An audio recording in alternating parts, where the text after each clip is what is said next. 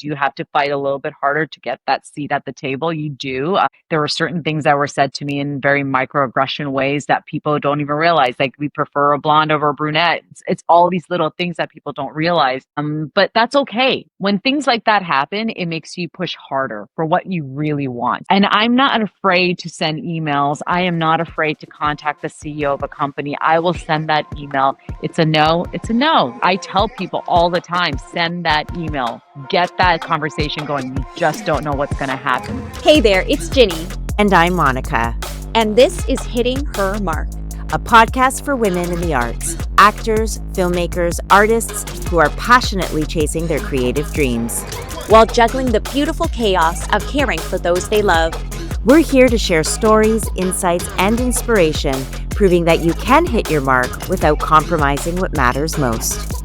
So if you're ready to make your creative dreams a reality, let's dive in. Today on Hitting Her Mark, we have Sangita Patel, an award-winning Canadian TV host and storyteller known for making every conversation feel real. From co-hosting ET Canada to leading HGTV's Home to Win and making her US hosting debut on TLC and Max's Love in Translation, she brings warmth, curiosity, and ease to every screen. She's interviewed everyone from Tom Cruise to Jennifer Lawrence, appeared in projects like Arrival and Murdoch Mysteries, and built a loyal community through her hashtag Fitness Tuesday movement. She's also collaborated with top-tier brands such as CoverGirl and Walt Disney. A proud mom of two and a cancer survivor, Sangita shows up with heart, humor, and honesty. Thank you so much for joining us today, Sangita. Thank you so much, Sangita, for joining us. You're an award-winning, CSA award-winning television personality, and you were known most, I think, by your co-hosting ET Canada, and of course, leading HGTV's Home to Win, and hosting Max's Love in Translation. You have interviewed some celebrities, right? Tom Cruise, The Rock, Jennifer Lawrence, just to name a few. So yeah, it's been fun. Yeah, it's been fun. Yeah, I'd love to jump right in. When you were a little girl, did you ever think that this was going to be your thing? Was there a little sparkle? Let's go all the way back. You know what? I think one of the things I knew as a little child was I was very ambitious. I always wanted to do everything and anything. And I also myself not to be excellent at one thing, but good at everything. And hence why I loved math and science so much was I just had to prove to myself that I can do the engineering aspect of it. But there was always that lingering space where I loved talking to people. I loved entertainment. I was the MC at school. I would do, the announcements in the morning. I was that kid. But I kind of said, where am I going to make a living? Where am I going to make a world for myself and be independent and confident? So I was that kid. I used to think way ahead of what the future was going to be. So yeah, it's pretty a pinch me moment that I'm here where I am, and I was able to do everything and anything that I had as a goal as a child. So yeah, I think if I look back, she'd be a happy kid. Love that. And Sangita, you, not many people would know this, but you began your career as an electrical engineer, which, was there a particular moment or event that made you decide to leave engineering and pursue media full time? And I'm curious, what emotions or fears came with that leap? It's a good question, Monica. When I applied for university, it was one of those conversations. I applied for engineering and I applied for journalism. And I kind of sat down with my dad, had a little discussion. We were watching Young and the Restless. And I say, what should I do? And yeah, every day at 4:30, we all met in the living room. Okay, yeah. And Victor Newman is still going on. Oh my gosh. Right? And he's like, well, where are you going to make money? Where are you going to make a living? Where can you be independent? I'm like, yeah, engineering. He goes, well, you answered your own question. And my parents are first immigrants to Canada, and I had every opportunity, and I knew exactly what he was talking about. He wanted me to be able to be my own person and not depend on anybody else. And so I did engineering. I got into both programs. I had a scholarship in engineering the first year, and I was like, okay, this is the path I'm going to take. But again, I loved the idea of doing journalism more in the entertainment aspect because I wasn't a pageant, guys, and I was their spokesperson, and that kind of opened up a whole world for me. And So at nighttime, I would volunteer at Rogers Television and do a show called Toronto Living. And during the day, I was an engineer. So I kind of had two hats on the whole time. And the pivotal moment where I did change from engineering to becoming television personality was when I had my first child. It was a moment right before that. I had a moment as an engineer being in a very male dominant world.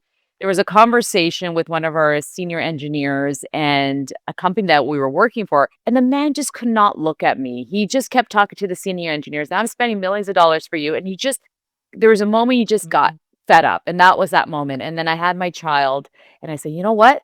This is the time. This is the time to make the next chapter happen. And that's how it started. And I ended up at the Pelmex Weather Network. And it was a perfect fit because it was television and it was science. So it was a great start. Yes, that's amazing. And I love how, because so many women, especially in our industry, are so almost afraid of what a baby will, how it will Yeah. change our trajectory. And I love that that was like actually a pivotal moment for you to follow your dreams and go in that Yeah. direction. It was. Yeah, I that's think amazing. you always have those moments where you're just like, you know what? This is the time to maneuver. This is the time to, and I loved being a mom, but I just could not be home all the time. So working at the Weather Network was perfect because I was working on the weekends. I was home during the day.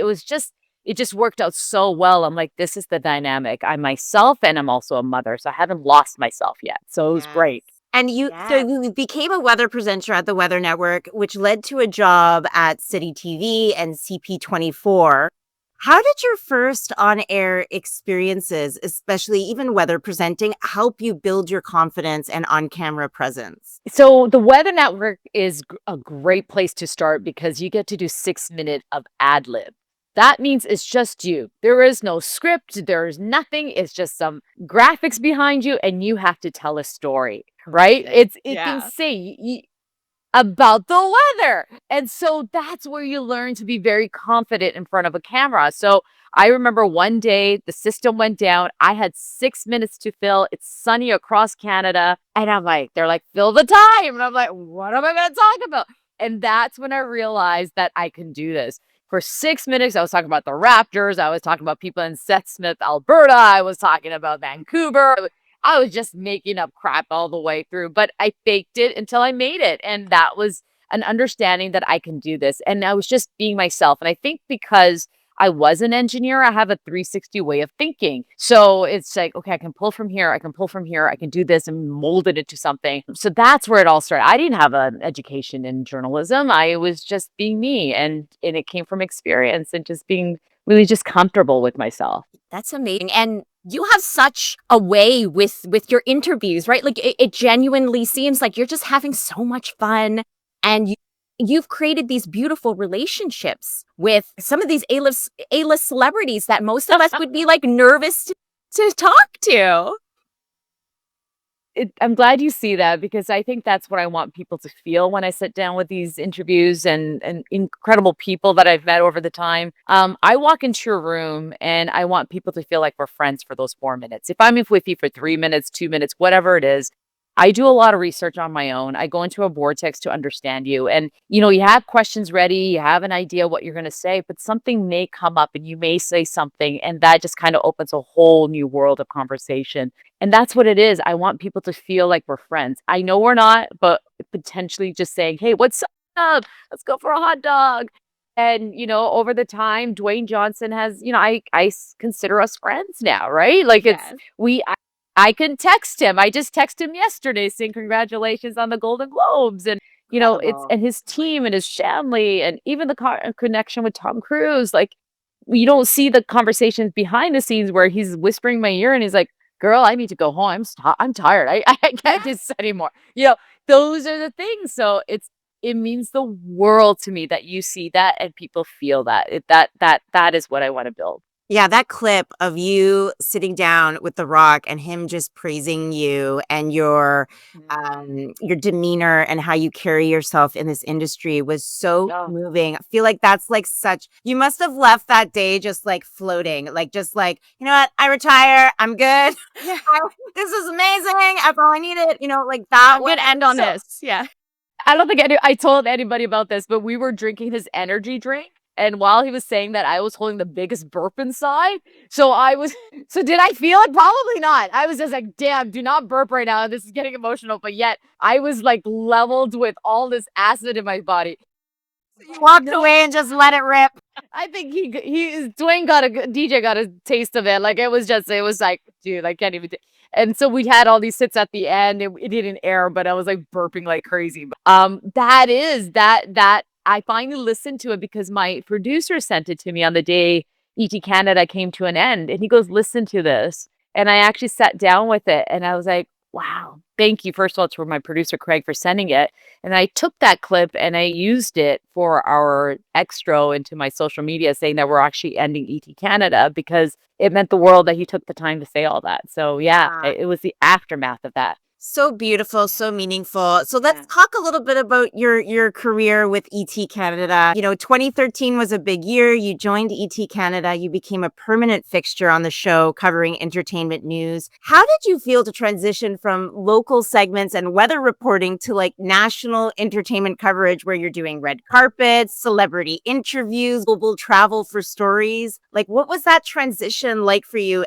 Can you remember your first big celebrity interview and what that experience was like? I do. They literally threw me in. I was only supposed to be there for 6 months covering a mat leave. And I think with the Wow. second day, we went to Nashville to do Lady Antebellum at the time. And it was just go, go, go, go. I went to, I think, was it Vienna? I don't even remember what it was. But we were just going. It was just nonstop. And I had to prove to myself and to them that I could do this. And it was that authenticity that really worked for me because way back at City TV, Gord Martineau brought me into his office. It was my third day at City TV, and this is my first major television show. And he goes, "Patel, come into my office." And if you're on the City TV floor, it's just everyone's around each other. He brings me into his office. I don't know if I could swear, but Yeah. he goes, You can swear away. Yeah. okay. He goes, "Sangita." He looks up and he goes, "Sangita." No. He goes, "Patel, you don't give a shit how you look on television." And I go, "Yeah." And he goes, "Keep it that way." And he goes, "Leave the office." And I'm like, "Okay." And that was it. And what he was trying to tell me is you're just being you. You're not being anybody else, and that's what's working. So that was a gift to me. And after that, I was, learning from people. I was taking notes, but it was really coming down to who I was. And I guess it kind of worked into going into ET Canada, and I took that with me. And again, sitting down doing interviews, I love traveling. So ET Canada was perfect because I was traveling all the time and meeting people. And that's what my mantra is. If I talk to someone new every day, I'm going to learn something new every day. So I will be that crazy person who comes up to you at a grocery store and say, "Hey, what's up?" So yeah, it was a great transition for me. I loved it. Well, that's amazing. And how did you navigate that with your family, like traveling all over the world? It was hard. Yeah. It was hard. You miss out on certain moments. My kids were young. Luckily, we had, FaceTime and I would sing to them every night. There was a lot of guilt, but I have an incredible husband. He is my best friend. He is an incredible dad and he made me do it. He knew how much times I've cried and how much I missed my kids. And he's like, "Do it, do this. This is the time for you to do it. I'm okay." And that was really important to me. We had this great dynamic. We also had help. And so I was able to it was one of those things also I learned. I didn't work every day at ET Canada. I took Tuesdays and Thursdays off because I was traveling so much on the weekend. So that made me realize I have time solely to my kids on those days. And so I made it work. Yeah, you feel a little bit of that guilt and you still carry it, but this is what it is. There's never a balance. I never ask parents or a mother, how do you do it? How do you balance it all? Because there's no such thing. Sometimes it's your family who's your number one and your career's down here, or it's the other way around, but it's never this. And that's what I went through when I worked at ET Canada. But damn, I was living the dream at the time. My way. Yeah. And what a role model you are to your girls, right? Yeah. Yeah.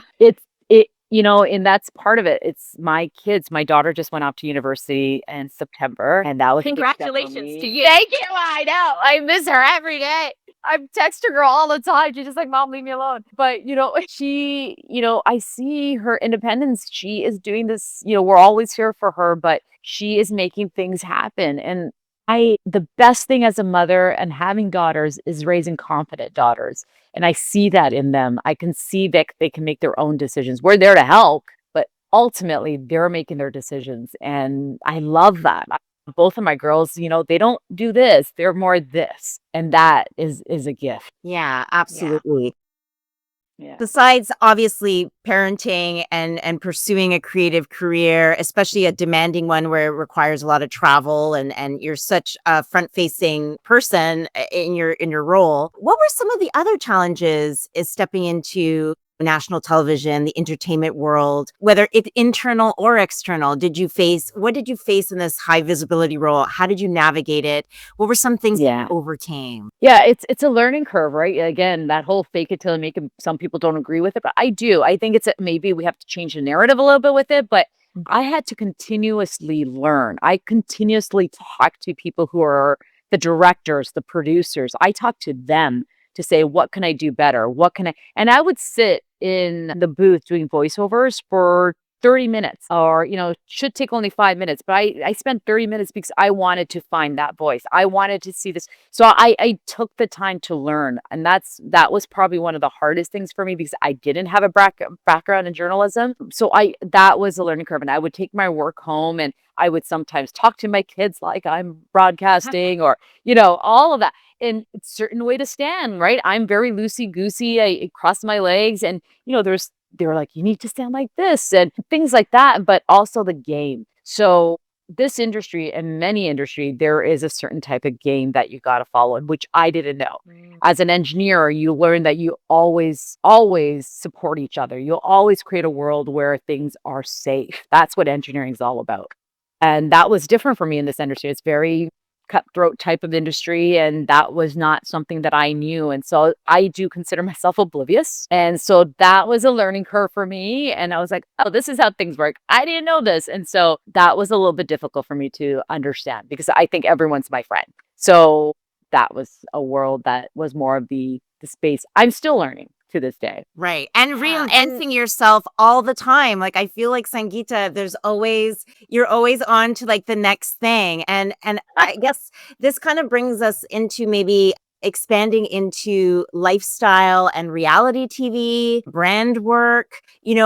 While still at ET Canada, you began hosting Home to Win on HGTV Canada, a renovation lifestyle series, which you hosted for 4 seasons. What motivated you to branch out from entertainment news into lifestyle reality programs? So let's go back. So I did weather. I did a little bit of news, which I hated. Then I did entertainment. Yeah, my producer was like, "You can't be serious," and I'm like, "I can't even deliver a line about murder without smiling." I'm like, "Oh well, like it was just bad. It was just bad." So then entertainment, and then HGTV was a perfect fit because it brought the engineering aspect and television together. And it was probably, yeah, so it was probably the most amazing experience of doing Home to Win because I worked with some of the most amazing people on HGTV. Like we're talking about the decor people, the construction from Brian Baumler to Sarah Baumler. They became really good friends of ours. And it was such an amazing experience. And the best part of it all was, Monica, was the fact that I got to give a house away at the end of the day. And so there's a line in every season where there is a IV in my ear, and my director goes, "Okay, this is it. We are going to announce the winner." And he tells me the winner, and then he goes, "Don't fuck it up. You get to deliver this once." So that's my director, Frank. One year we were surrounded by beetles. Like there was a slew of bugs everywhere. And all I smelled behind my ear, yes, it was a bug this big behind my ear going, and Frank is like, "Now we're going to deliver the line." With that I know, the critters in the back of that's probably what I look like. And I announced the winner, and nobody knows. So everyone's reacted to this moment, right? And it's such a genuine reaction to be able to change someone's life. But then right after that, I pulled a bug out and it was like that big. But that's what was so special about this show was the fact that someone's life changed. And that was pretty incredible. Yeah. Wow. saying. But Yeah. so was that one of your favorite moments of the series is being able to do that?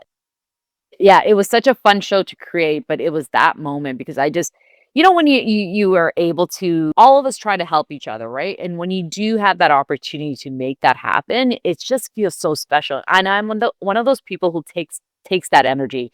I take that positive energy and feel it's me, right? So, and we don't do that often. Just stand there for a second and take it in and say, wow, this is going to change her life. It's also changing my life that I was able to do this. So, yeah, that was probably the highlight for, I guess we did it for 4 seasons, which was so great. But at the same time, I was doing entertainment, I was doing that show and still traveling and seeing, Julia Roberts down the street. Like it was a chaotic time for me, but it was absolutely a dream come true for me. It's incredible when you get challenged in all these different ways and you see how much capacity you have as a woman, as a mother,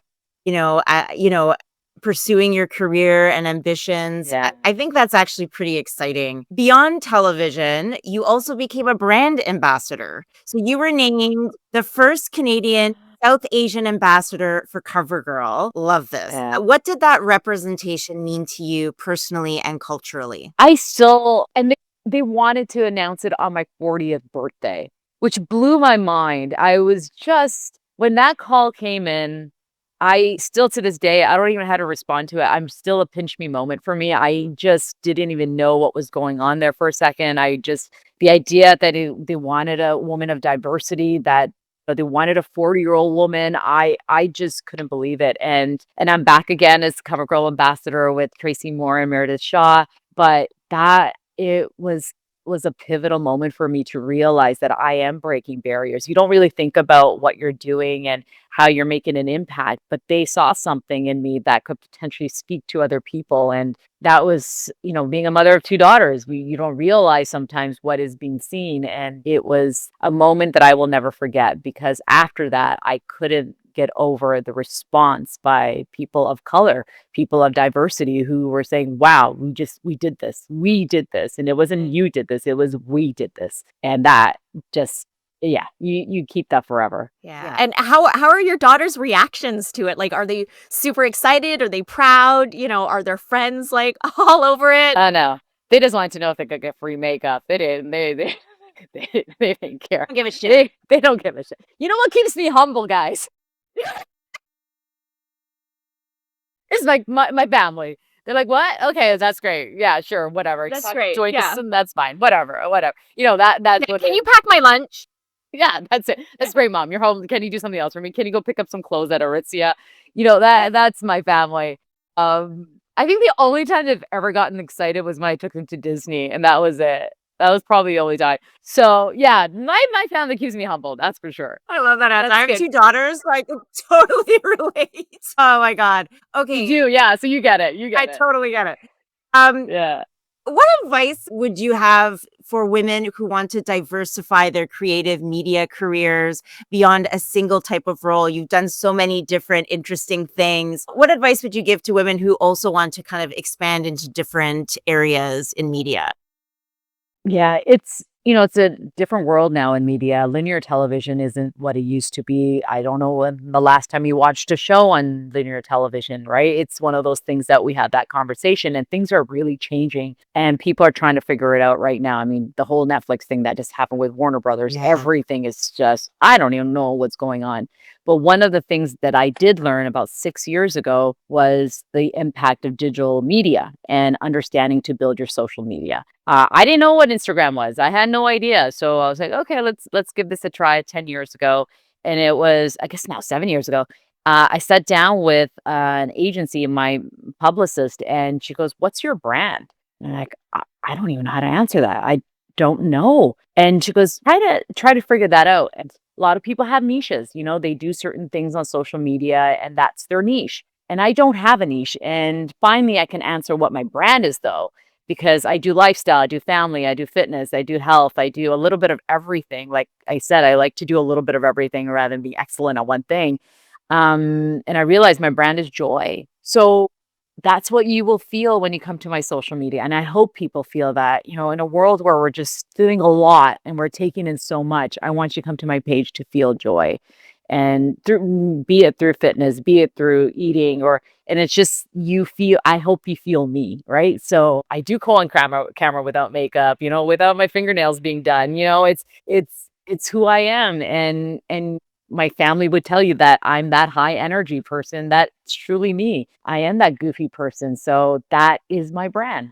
Brand is joy. Love I that. love that. And it's so simple because a lot of us, I think, as actors, we've been contemplating this and we get so Yeah, convoluted with it. And it could just be that simple that's because we simple. do a lot. We do tons We of things. do. Yeah. Yes. So why just do And the one thing? all right. So I'd love to talk about your fitness. Mhm. You being a fitness ambassador, you look fabulous. And I'm sure, I mean, personally, I am very curious. What sort of fitness advice or nutrition or health advice do you have Yeah. for women? First thing, just move. First thing is just that's why I do these challenges where I just love the idea of people getting up and just moving and trying something, even if it means, we're sitting at our table for so long, just start moving. That's the most important thing. But for me, for 10 years ago, I can't believe it's been more than 10 years ago, I started the hashtag Fitness Tuesday. And the reason I started Fitness Tuesday was to push mothers to get going.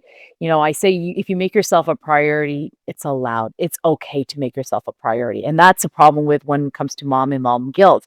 So it was after my second child. And I remember I went through a little bit of postpartum depression with my first child. And when I had my second one, I realized I was starting to feel it. And I remember the day I walked out of the house, I left the baby with Sam. I go, I just gotta go. So I was in my pajamas. I went to McDonald's, grabbed some fries, got some shakes. Was it two shakes? Yeah, chocolate and vanilla. And I was dipping the fries in the shake. And I was in front of the sign that said CrossFit, Element CrossFit. And I literally walked in there. There was a woman there, and she goes, okay, why don't we put the fries down for a second? You So went with the front. because I'm like, I walked in with my fries. I go, what is this place about? And she walked me in. She showed me the place. There's a barbell there. And she goes, pick up the barbell. I picked up the barbell. And at the moment, nothing else mattered. It was just me trying to get that barbell up. And she goes, well, come back. Come back next time and come back with some fitness clothes. And I did. And I showed up every single day. So that 1 hour became my hour. Mhm. And to this day, all my kids have it. My husband has it. When I'm downstairs working out, that 1 hour is for me. And no one bothers me except my dog, but no one else bothers me during that hour because that's my space. And I tell people, how do you do it? It's consistency.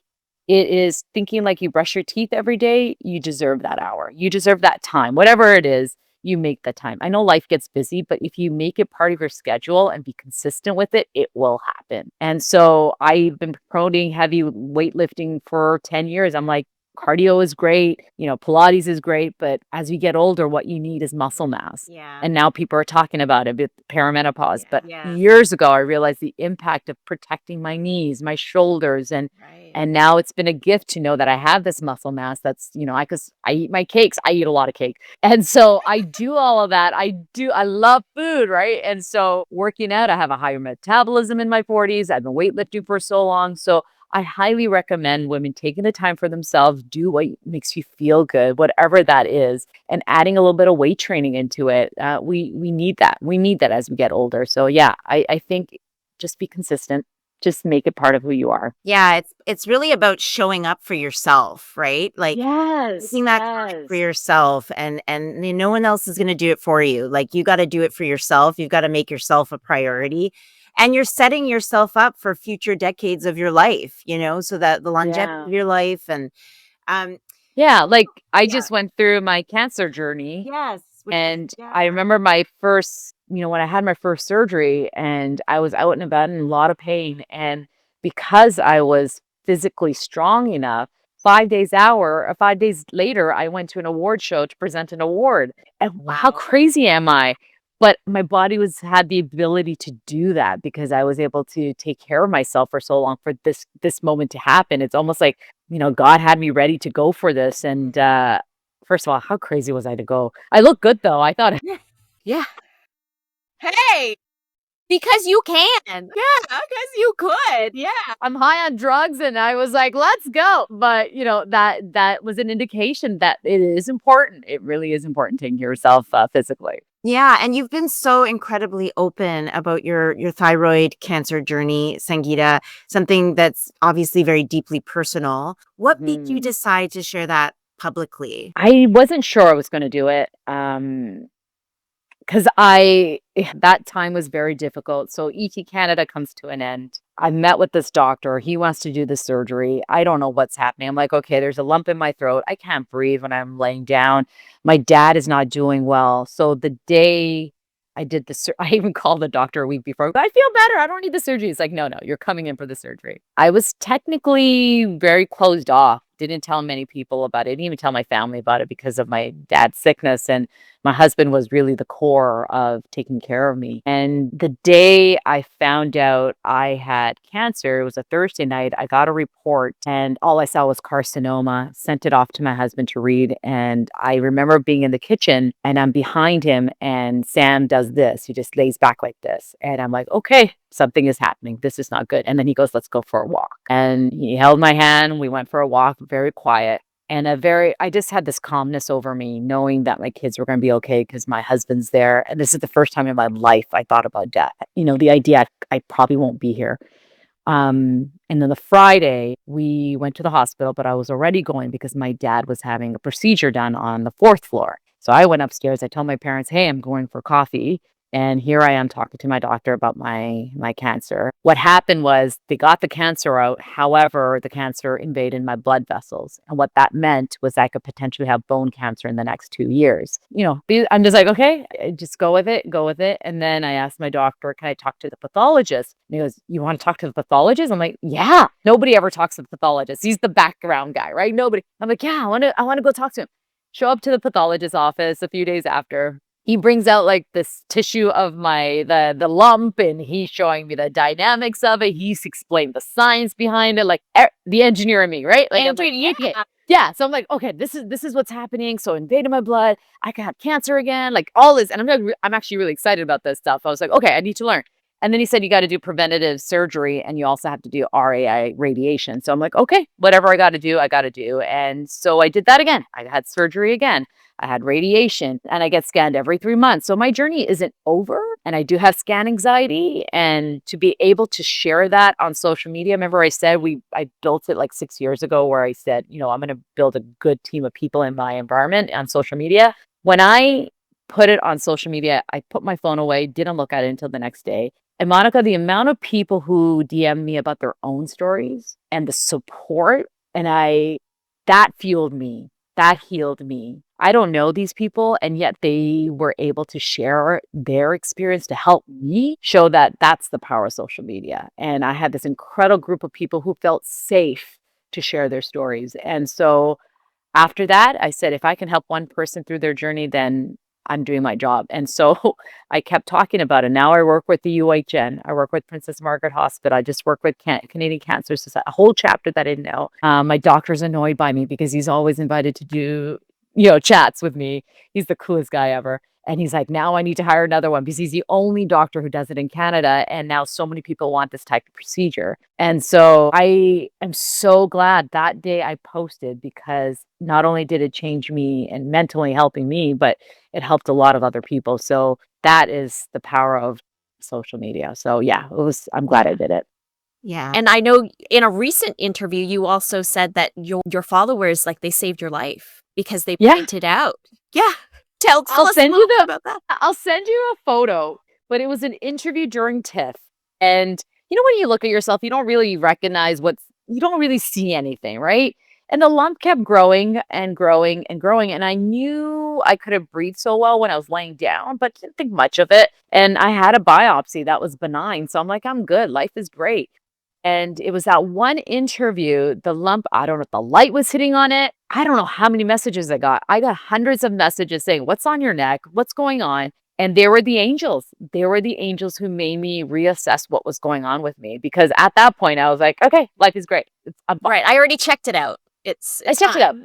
It's benign. I'm good. And that actually changed everything. And that's when I walked into this doctor's office who didn't know who I was because my husband's a radiologist and called a friend. And he spent 2 hours with me after his day was done. And he told me I had to get this out. Now, my worry was losing my voice and having a scar and this type of procedure. It's called Totiva, and he's the only doctor that does it. And he's like, we got to get this done. So yeah, you never know who's watching over you, right? Yeah, it's just an incredible example of like not only are you giving back on your platform, but it's how your platform's giving back to you. Like your fan, Yeah. people follow you or, helping you as well. Like Right. Like they Yeah. care. reciprocal relationship. Yeah. I do want Yeah, it's crazy.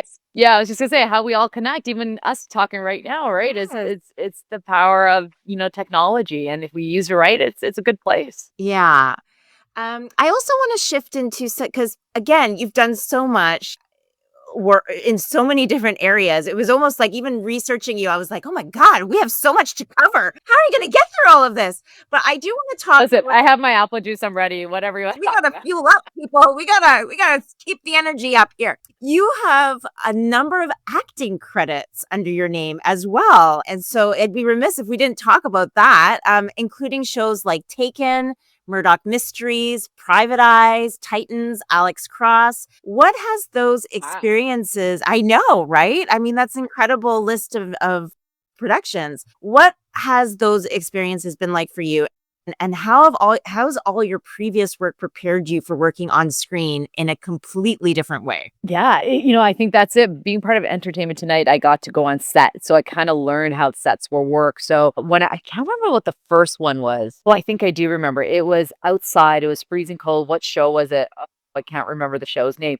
But I had to scream. And because we're getting shot at and I'm a reporter, but I don't know how to scream. I have a very deep voice, so I don't know how to do this. And they're like, just release it. I'm like, "Ah," and they're like, this is not working. And then so I did my lines, and then 2 days after, I went into like a VO booth and tried to learn how to scream, and then they put that into the shot.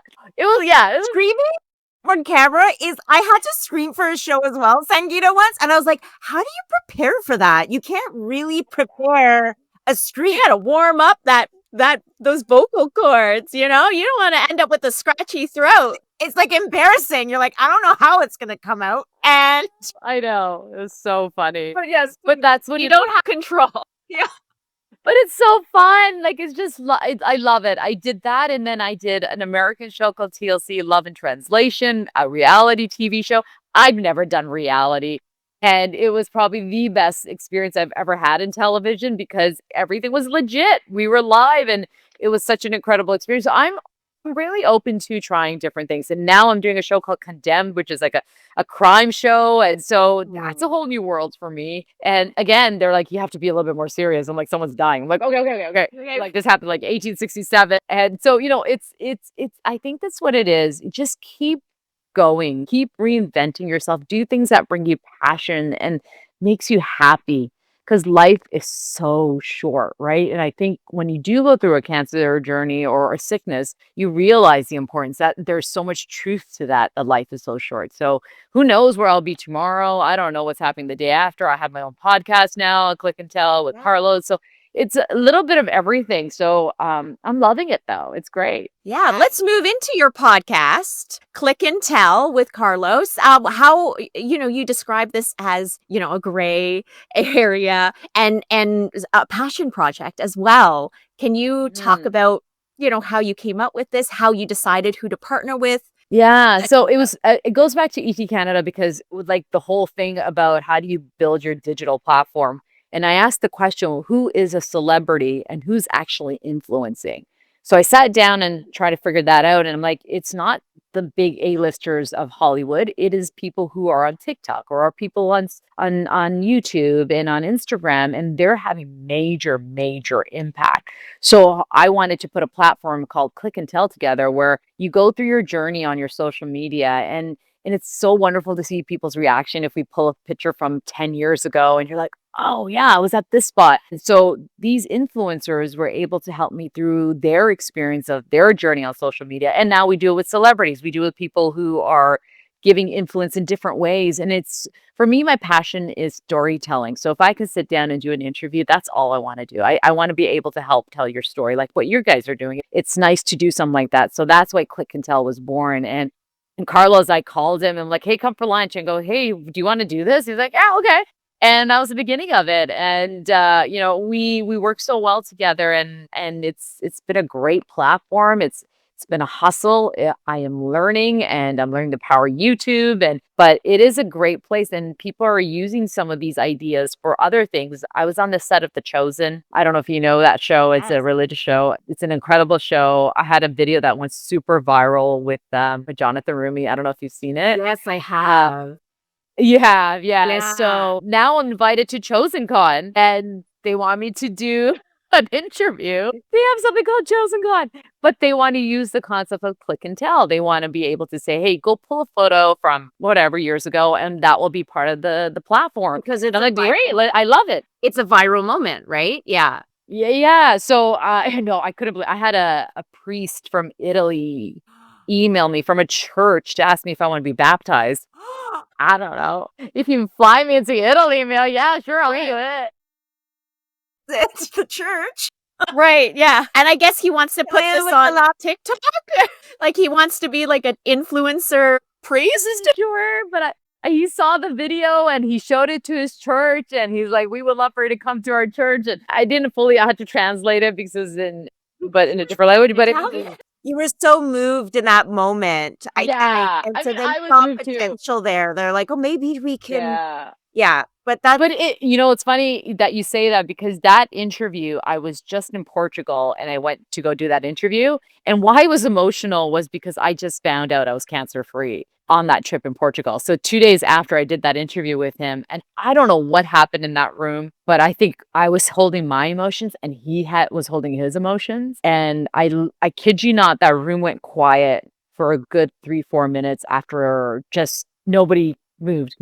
Everyone just stood still in that moment. So you did feel some type of presence in that room. And I'm not that religious, but you definitely felt something that was happening. And I don't know if we were healing each other. I'm not sure what it was, but there was something there. And you guys got to see that on camera. So I think that's why it resonated with so many people. But yeah, even with the priest, I mean, maybe I will go down to Italy and get baptized. I don't know.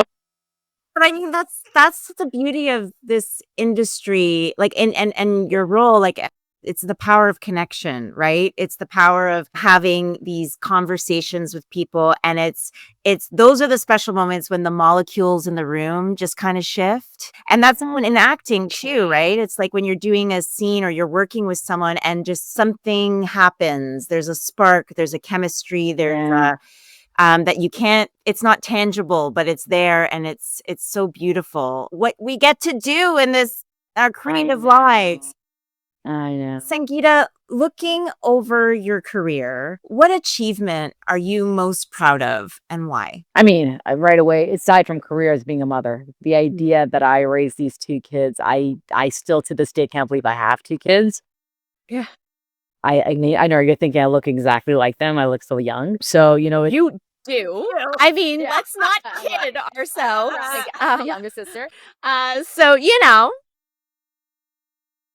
I was waiting for the comments there, but that is an achievement in itself to be able to do something like that while living my passion. So I think that overall, I think that's what the highlight is, to be able to show women that you can have it all. You can build a place that makes you happy.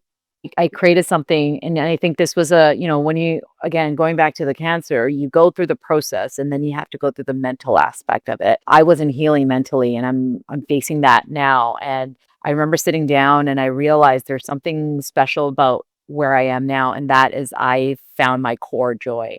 And what core joy is not, paying off a mortgage or buying what makes you happy, buying an ice cream. Your core joy can never be touched. Nothing can affect your core joy. So like for me, anything can happen, but there is something in me now that is a light. And I found that light. It took me a long time to find it. Nothing affects it. And that's partly with my conversation with my dad that I figured that out. But that's what it is. It's living your best and having happiness, all that's important, but nothing's going to affect that core joy. So that's why I live life to the fullest every single day, is because I know what that light is now. So yeah, I think that's the advice I would give. That's probably the highlight of my life. Yeah. Finding it. that's beautiful. Yeah. What have there yeah, I'm taking it all in right now. Yeah. Have there been moments in your career where you felt underestimated or overlooked in the industry? And how did you navigate those challenges and overcome them? Or, yeah. All the time. I mean, Yeah, yeah, yeah. I think also being a woman of color is not the easiest. You do have to fight a little bit harder to get that seat at the table. You do. There were certain things that were said to me in very microaggression ways that people don't even realize. Like we prefer a blonde over a brunette. It's all these little things that people don't realize. But that's okay. When things like that happen, it makes you push harder for what you really want. So maybe this wasn't what you're supposed to do. Maybe this is what you're supposed to do. And I'm not afraid to send emails. I am not afraid to contact the CEO of a company. I will send that email. It's a no, it's a no. Then you go the other way. You don't get a response. That's okay. But you tried. You know that you're reaching out. I am that I tell people all the time, send that email. Do it. Get that conversation going. You just don't know what's going to happen. It's a huge step in people where like, what if you know this? I go, forget all that. Don't be fearful because if they don't know, they don't know, right? So I think that's what it is for me. If something doesn't happen, it doesn't work out, I'm like, okay, let's find a different way of making this happen or something else to happen. And always find a mentor, find someone who's going to help you through it. Maybe something that you're thinking and they'll like, okay, well, how do you, and I have a friend who is my agent who I come up with the craziest ideas instead of saying, she's like, okay, how do you want to execute this? Well, this is the idea. Crazy enough, I have taken pitches to Dwayne Johnson's company, to Reese Witherspoon's company, to Mark Wahlberg's company. I've had meetings with certain people that I'm just like, how did this even happen? And and you just got to do it. You just got to push through, and that's what I'm going through right now. And I am knock on wood, but people are letting me have a seat at the table, and that's pretty awesome. You mentioned the mentorship piece. What role has mentorship and community played in your career? And is there one takeaway? I mean, you mentioned the advice of like you don't give a shit what your boss said, you don't care about how you look on camera. Yeah. Keep doing that. Right. Was there something like that where someone's given you advice that's really stuck with you that you might want to share for our listeners today? Yeah, I think one of the things that was important through the mentorship is showing up for yourself. Like we talked about that, how important it is, but going for it. Like I said, like do those emails, go up to those people, go in spaces that you need to be to make your dreams come true. Maybe you do have to go to an event. Maybe you do have to go play golf or pickleball, whatever it is. Maybe you have to go to a bar and say, hey, what's up? I remember going up to a CEO of a company at a bar and I'm like, that's him. And I went up to him and I said, what did I say? I said, oh, like a mojito. And he's like, you can't have a mojito. And then the conversation just started.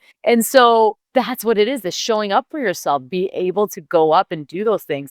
Even my daughter, when I was going through all of the cancer, she actually asked to volunteer with the doctor who did my surgery. And I said, okay, I'll send an email and you do the rest. And she did the rest and she worked with him for the summer. When she applied for university, she said she knew what her essay was going to be. And she said, Mom, I know exactly what my essay is going to be. And I go, what? She goes, I'm going to talk about the doctor who saved my mom's life. And so many parts Right? of this interview, I'm like getting so emotional. Wow.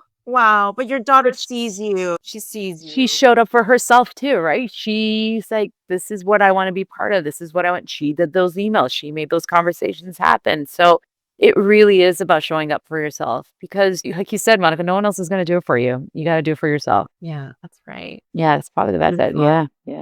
Yeah. Well, Sangita, we are reaching our hour. I feel like we did manage. Yeah, let's go for a drink of mojito. Yeah. Yes. I mean, you've won Canadian Screen Awards. You've been you recognized. got some Emmy buzz. Yes. I'm Yes. so excited. So exciting. Do you want to talk a little bit about that? What has that experience been like for you, being recognized for all the great work that you do? It's great. Nothing feels real, right? Nothing. I think it takes me a long time to process things. And so I don't know. I'm just having so much fun, and I love when people come on the ride with me, so you can experience it and feel that joy. And I think that's what it is. I'm just happy. This is what we ask all of our guests. And it is when you hear the phrase hitting her mark, what comes to you? What is your idea of hitting her mark? What is your idea of success, personally or professionally? Yeah, I think hitting your mark. Yeah. I've gone through so much. I'm thinking like, what is that hitting that mark? Being cancer free to raising my kids to my journey and I think hitting the mark, I think it goes back to exactly what I said earlier is finding my light, my core joy. nothing can touch that. Nobody, a moment, nothing can affect it. And so I think that's my mark, my core joy. Sangita, thank you so much for joining us today. That was a really inspirational and joyful conversation. I'm leaving here like you made joy cool and it's not cheesy. It's like I really felt that from you. And thank you so much for honoring us by being a guest on our podcast. Well, thanks for having me. I really appreciate it. Hi, everyone. Thanks for tuning in to Hitting Her Mark. If you enjoyed today's episode, be sure to follow, rate, and review wherever you get your podcasts. For more content and updates, follow us on Instagram at Hitting Her Mark.